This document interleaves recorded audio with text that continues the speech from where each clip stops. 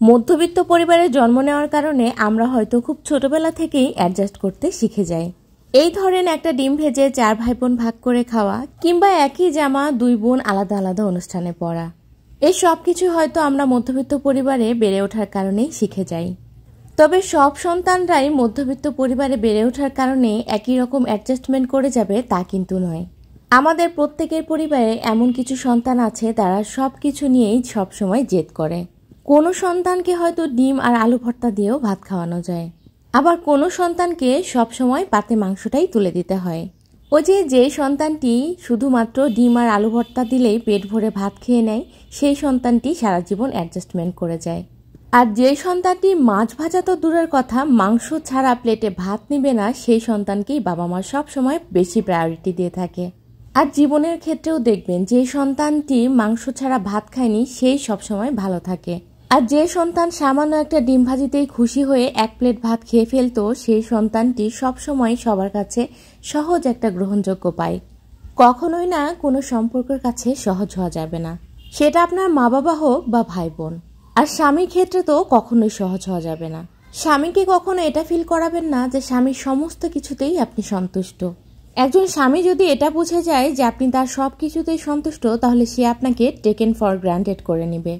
আর ওই যে বাবার বাড়িতে যে এরকম আপনি ডিম ভাজি খেয়ে খুশি ছিলেন বলে বাবা মা সবসময় আপনার কাছে শুধু মুখের সামনে ডিম ভাজি তুলে দিত, তেমনি স্বামীও চাইবে সবসময় আপনাকে অল্পতেই খুশি করতে, কারণ আপনি অল্পতেই খুশি হওয়া মানুষ।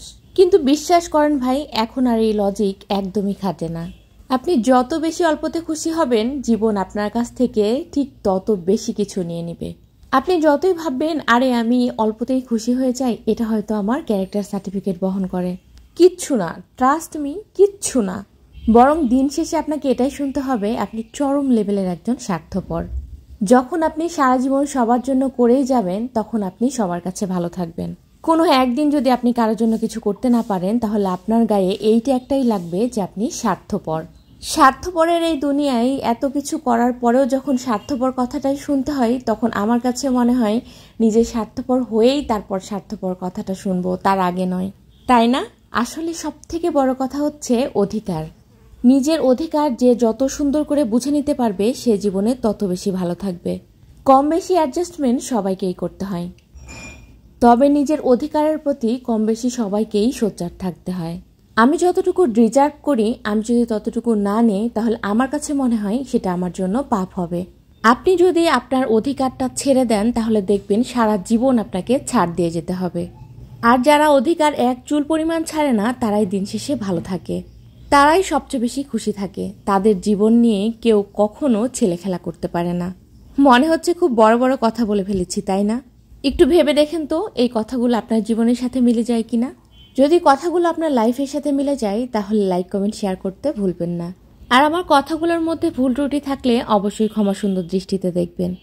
আজকে যে কথাগুলো আপনাদের সাথে শেয়ার করলাম, সেটা সম্পূর্ণরূপে আমার জীবন থেকে নেওয়া। আমি আর আমার হাজবেন্ড দুইজন দুই রকমের মানুষ। ওই যে ডিম ভাজা খাওয়ার কথা বললাম না, আমার হাজবেন্ড ঠিক ওই ডিম ভাজা খাওয়ার মতোই মানুষ। সে সারা জীবন শুধুমাত্র ডিম ভাজি দিলেই হাসি মুখে 1 প্লেট ভাত খেয়ে নিয়েছে। সারা জীবন শুধু পরিবারের কথাই চিন্তা করেছে। সে সবসময় একজন ভালো সন্তান হতে চেয়েছে, সবসময় হতে চেয়েছে ভালো একজন ভাই, হতে চেয়েছে ভালো স্বামী, ভালো বাবা, এমনকি ভালো বন্ধু। সারা জীবনটা শুধু স্যাক্রিফাইস করে গিয়েছে, শুধুমাত্র চেষ্টা করেছে সব সম্পর্কের মূল্য দিতে, নিজে হাজারো কষ্ট করে সবাইকে হাসি মুখে রাখতে। কিন্তু সারা জীবন যাদের জন্য এত কিছু করেছে, তাদের জন্য যদি একদিন একটু কম করতে পারে, তাহলে সবাই তাকে স্বার্থপর অপবাদটি দিয়েছে। কিন্তু এই আমি কখনোই একটা ডিম ভাজিতে সন্তুষ্ট ছিলাম না। আমি সব সময় আমার অধিকারটা বুঝে নিয়েছি।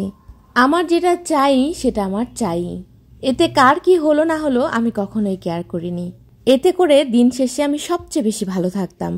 কিন্তু ওই যে সমস্যা হাজবেন্ডকে নিয়ে, ওকে দেখে নিজেকে বদলাতে চেয়েছি, শুধরাতে চেয়েছি, ভালো মা হতে চেয়েছি, ভালো বউ হতে চেয়েছি, ভালো মেয়ে হতে চেয়েছি।